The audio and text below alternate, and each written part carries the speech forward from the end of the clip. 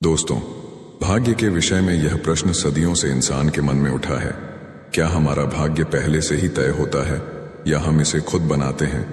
कई दार्शनिकों और धर्मों के विचार अलग अलग हो सकते हैं, लेकिन यह जीवन का एक महत्वपूर्ण प्रश्न है जिसे हर व्यक्ति अपने अनुभवों और विश्वास के आधार पर समझता है। तो आइए बढ़ते हैं आज की इस कहानी की तरफ। पुराने समय की बात है। मगध नाम के एक राज्य पर राजा वासुदेव का राज्य हुआ करता था। राजा वासुदेव एक बहुत ही परोपकारी और दयालु स्वभाव के राजा थे। जो कोई भी राजा के दरबार में फरियाद लेकर आता, वह मुंह मांगी मुराद पाता। उनके बारे में यह बात मशहूर थी कि उनके दरवाजे पर आने वाला कोई भी आदमी खाली हाथ वापस नहीं जाता था। एक दिन राजा के दरबार में एक आदमी आया। उसने राजा को प्रणाम किया और कहने लगा, राजन, मैंने सुना है कि आपके सामने जो भी फरियादी आता है वह कभी खाली हाथ वापस नहीं लौटता। अगर ऐसा है तो क्या 3 दिन के लिए आप मुझे अपनी राजगद्दी सौंप सकते हैं? आप महल में जाकर आराम कीजिए और मैं राजगद्दी पर बैठकर आपका राजपाट चलाऊंगा।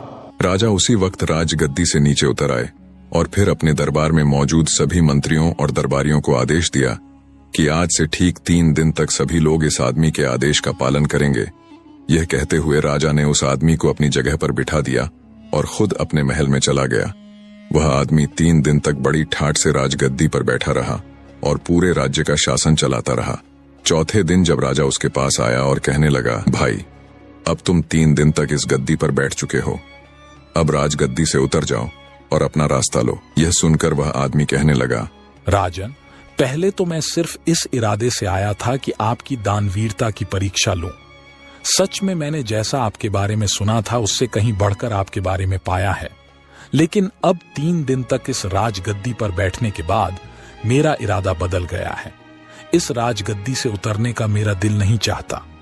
आपको तो सारी दुनिया ईश्वर का अवतार कहती है। मैं आपसे प्रार्थना करता हूं कि यह राजगद्दी और राजपाट ईश्वर के नाम पर मुझे दान में दे दीजिए। राजा ने जब उसकी बात सुनी तो मुस्कुराते हुए कहने लगे, लो भाई, यह राजगद्दी और यह राजपाट आज से तुम्हारा हो गया। अब तुम इसे संभालो, मैं चलता हूं। यह कहकर राजा अपने महल में वापस आ गए। उन्होंने रानी को सारी बात बताई। रानी भी महाराज की तरह बहुत ही नेक दिल थी। उन्होंने शिकायत का एक शब्द भी अपनी जुबान पर नहीं आने दिया। राजा और रानी अपने दोनों बेटों को लेकर महल से बाहर निकल पड़े। जाने से पहले उन्होंने अपने राजसी वस्त्र त्याग दिए और साधारण वस्त्र पहन लिए। राजा को ईश्वर पर बड़ा ही विश्वास था। वह मन ही मन में सोचने लगे कि लगता है परमात्मा ने मेरे लिए कुछ और ही सोच रखा है। राजा अपनी पत्नी और दोनों बेटों को लेकर सफर पर रवाना हो गए।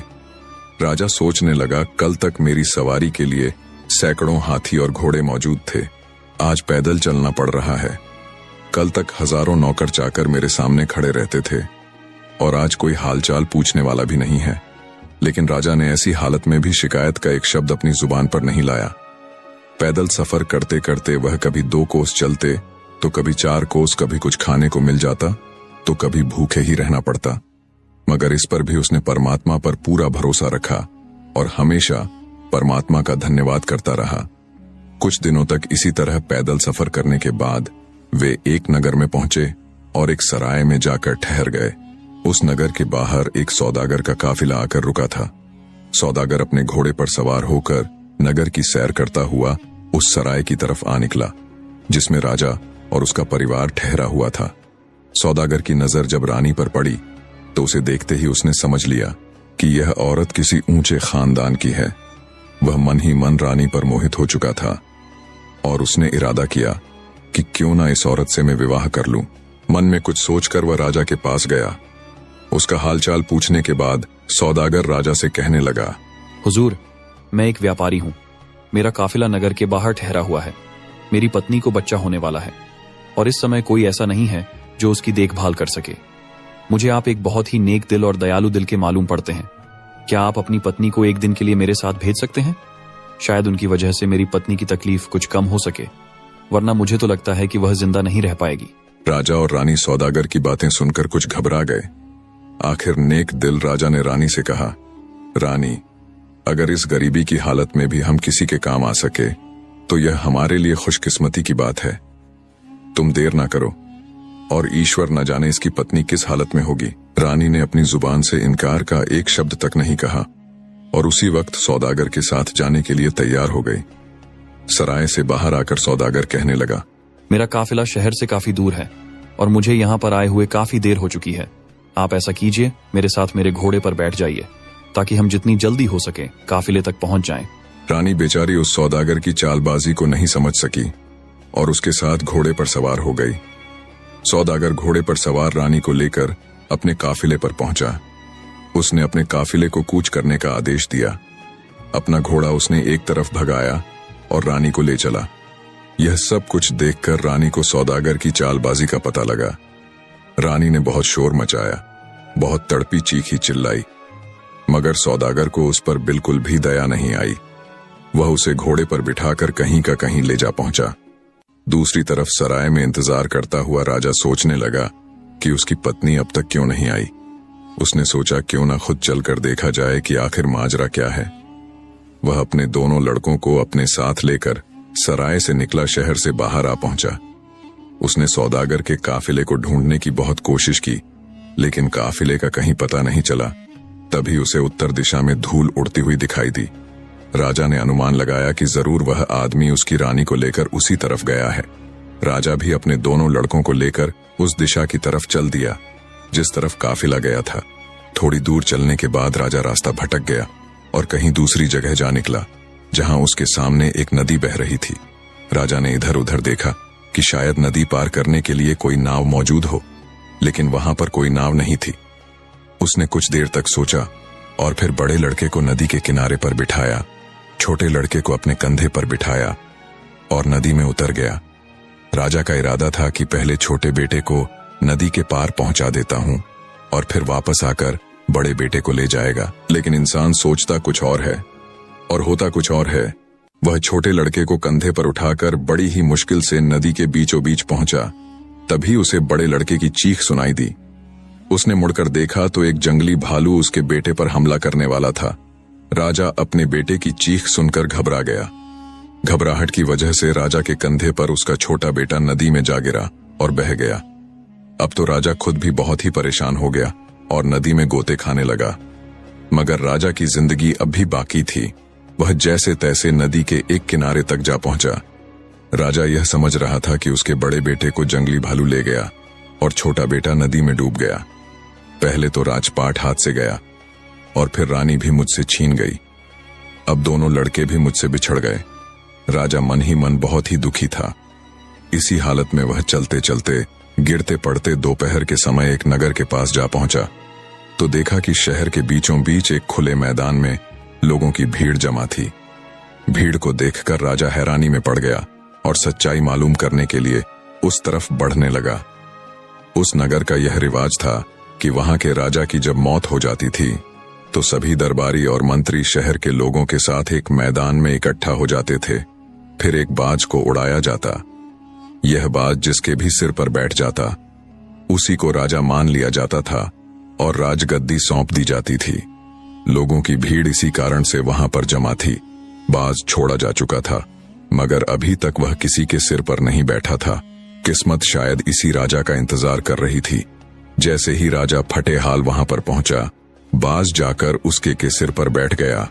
बाज का उसके सिर पर बैठना था कि तुरंत सभी दरबारी और मंत्री हाथ जोड़कर उसके सामने आ खड़े हो गए और उसे अपना राजा मान लिया। वे सभी उससे प्रार्थना करने लगे, चलिए महाराज, अब आप ही इस देश के राजा हैं, चलकर अपनी गद्दी संभालिए। लेकिन राजा ने कहा, अरे भाई, मैं तो खुद राजपाट छोड़कर आया हूं। अपना राजपाट छोड़कर ही मैंने यह फकीरी हासिल की है। अब मुझे किसी भी तरह के राजपाट की कोई इच्छा नहीं है। राजा का ऐसा कहना था कि दरबारी समझ गए कि हमें इससे अधिक अच्छा राजा नहीं मिल सकता। वे सभी जिद करने लगे, आप ही हमारे राजा हैं। राजा के बार बार मना करने पर भी लोगों ने उसे अपना राजा बनाकर ही दम लिया। उसे राजा के कपड़े पहनाए गए, सर पर मुकुट रखा गया और महल में ले जाकर उसे राजगद्दी पर बिठाया गया। इसके बाद कई दिनों तक उस नगर में नए राजा के चुने जाने की खुशी में उत्सव मनाया गया। राजा ने भी मन ही मन में इस राज्य को ईश्वर का पुरस्कार समझा और उस राज्य का राज्यपाट चलाने लगा। मगर दिल ही दिल में राजा दुखी रहता था। जब भी उसे अपनी पत्नी और अपने बेटों की याद आती तो उसकी आंखें नम हो जाती।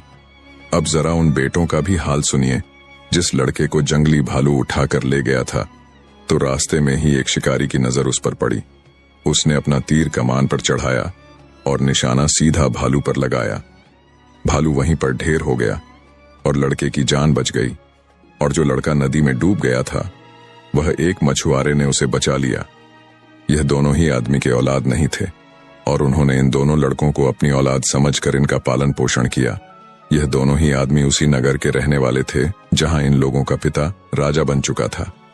दोनों ही लड़के अपने अपने घर में बड़े हुए और वहां के राजा की सेना में वे भर्ती हो गए। भाग्य का करना ऐसा हुआ कि उन दोनों को राजा का अंगरक्षक बना दिया गया। समय बीतने की वजह से दोनों लड़कों की शक्ल सूरत अब बिल्कुल बदल चुकी थी। ना तो राजा उन्हें पहचान सका कि यह उसी के बेटे हैं और ना ही उन लड़कों की समझ में यह आया कि राजगद्दी पर जो इंसान बैठा है यही उनका पिता है। बल्कि उन दोनों को तो यह भी एहसास नहीं हुआ कि वे दोनों सगे भाई हैं। यह भी कुदरत का ही खेल था कि वे इकट्ठे होकर भी अलग अलग ही थे। अब वह दोनों लड़के अंगरक्षक के रूप में हमेशा राजा के साथ ही रहते थे। राजा जब उनसे बातें करता तो उसे बहुत ही अच्छा महसूस होता। उन दोनों लड़कों से बातें करके राजा के मन को बहुत ही सुकून मिलता। अब किस्मत का करना ऐसा हुआ कि वह धोखेबाज सौदागर जो रानी को उठाकर ले गया था इसी नगर में आ गया। इस दौरान सौदागर ने लाख कोशिश की रानी उससे शादी कर ले, मगर वह नेक औरत किसी तरह भी शादी के लिए राजी ना हुई। सौदागर उसे एक अलग कैद खाने में रखता था और उसकी कड़ी निगरानी की जाती थी।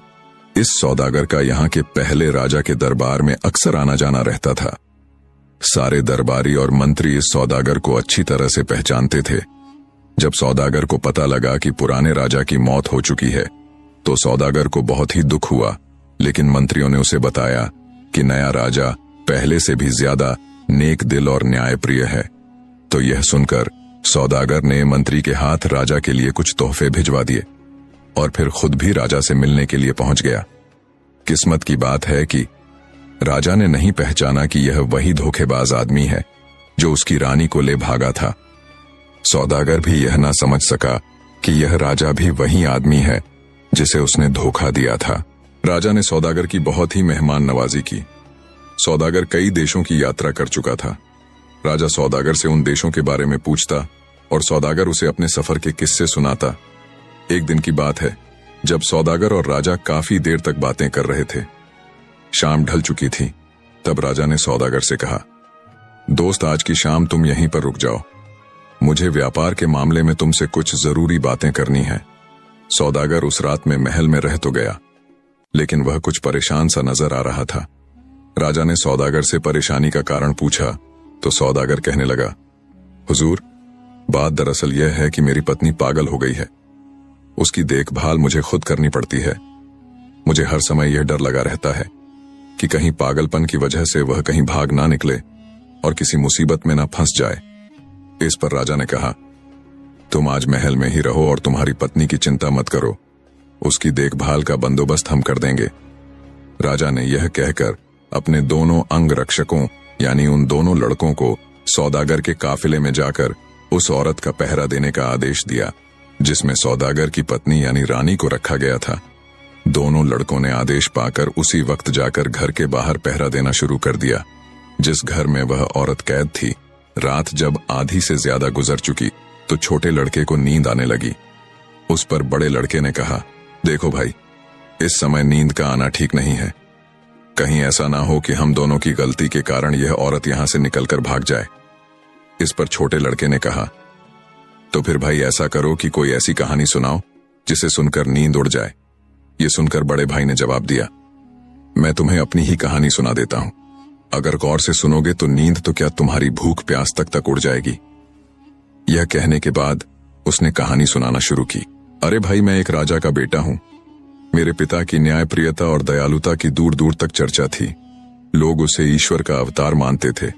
उसने अपना राजपाट ईश्वर के नाम पर एक आदमी को दान में दे दिया और फिर मेरी माँ और मेरे भाई को साथ लेकर सफर पर रवाना हो गया। रास्ते में एक सौदागर ने धोखा देकर मेरी मां को भगा कर ले गया। हम दोनों भाई अपने पिता के साथ ही थे। आगे चलकर हमें एक नदी मिली जहां पर कोई नाव नहीं थी। मेरे पिता ने मुझे किनारे पर बिठाया और छोटे भाई को कंधे पर बिठाकर नदी के पार ले चले। अभी वह नदी के बीचों बीच ही पहुंचे थे कि मुझे एक जंगली भालू ने मुझे पकड़ लिया। मेरे चीखने चिल्लाने से मेरे पिता घबरा गए और छोटा भाई उनके कंधे से उचक कर नदी में जा गिरा। इसके बाद उनका क्या हुआ मुझे कुछ मालूम नहीं, लेकिन जब मुझे वो जंगली भालू पकड़ कर ले जा रहा था तभी मुझे एक शिकारी ने उस भालू से छुड़वा लिया और फिर मेरी किस्मत मुझे इस राजा तक ले आई। यह सुनकर दूसरा लड़का तुरंत से उससे लिपट गया और कहने लगा, नदी में गिरने वाला वह बच्चा मैं ही था। मुझे एक मछुआरे ने डूबने से बचाया। फिर दोनों भाई गले लगकर रोने लगे। उन दोनों के रोने की आवाज सुनकर अंदर कैद खाने में बैठी हुई औरत अचानक चौंक पड़ी। वो उन दोनों लड़कों से इसका कारण पूछने लगी। दोनों लड़कों ने जब सारी कहानी उस औरत को बताई तो वह कहने लगी, मेरे बच्चों, तुम अपनी मां को नहीं पहचान सके। यह कहते हुए वह उन लड़कों से लिपट गई। तब उनकी मां ने बताया कि मैं अब तक इस सौदागर की कैद में थी। दोनों लड़के मां मां पुकारते हुए उससे लिपट गए। इसके बाद वे दोनों उसी समय राजा के पास गए और उसे सारी घटना कह सुनाई। राजा को अभी तक यह नहीं मालूम था कि सुधाकर की कैद में जो औरत है वह उसी की पत्नी है, लेकिन अब उसे मालूम था कि वह औरत इन दोनों लड़कों की मां है। तो राजा ने यह फैसला किया कि वह इसी वक्त सारे मामले का दूध और पानी का पानी करेगा। उसने उसी समय उस औरत को लाने के लिए सिपाही भेजे। वह औरत जब राजा के सामने पेश हुई, जैसे ही राजा की नजर उस पर पड़ी तो राजा की समझ में सारा माजरा आ गया। राजा की पत्नी भी अपने पति को देखते ही पहचान गई और उसके कदमों में गिर गई। दोनों भाई भी अपने पिता को पहचान चुके थे और पिताजी पिताजी कहते हुए वह राजा से लिपट गए। सौदागर ने जब यह देखा कि उसकी पोल अब खुल चुकी है तो वह वहां से भागने लगा, मगर राजा के सिपाहियों ने उसे यह मौका नहीं दिया। उसे गिरफ्तार करके कारागार में डाल दिया गया। अगले दिन राजा ने उस सौदागर का सारा माल जब्त किया और उसे मृत्यु दंड दे दिया गया। अब जरा उस आदमी का हाल भी सुनिए जिसने राजा से राजपाट दान में हासिल किया था। राजपाट मिलने के बाद वह बहुत ही मन चला और निर्दय हो गया था। अपने खजाने को भरने के लिए उसने प्रजा पर कई तरह के कर लगा दिए।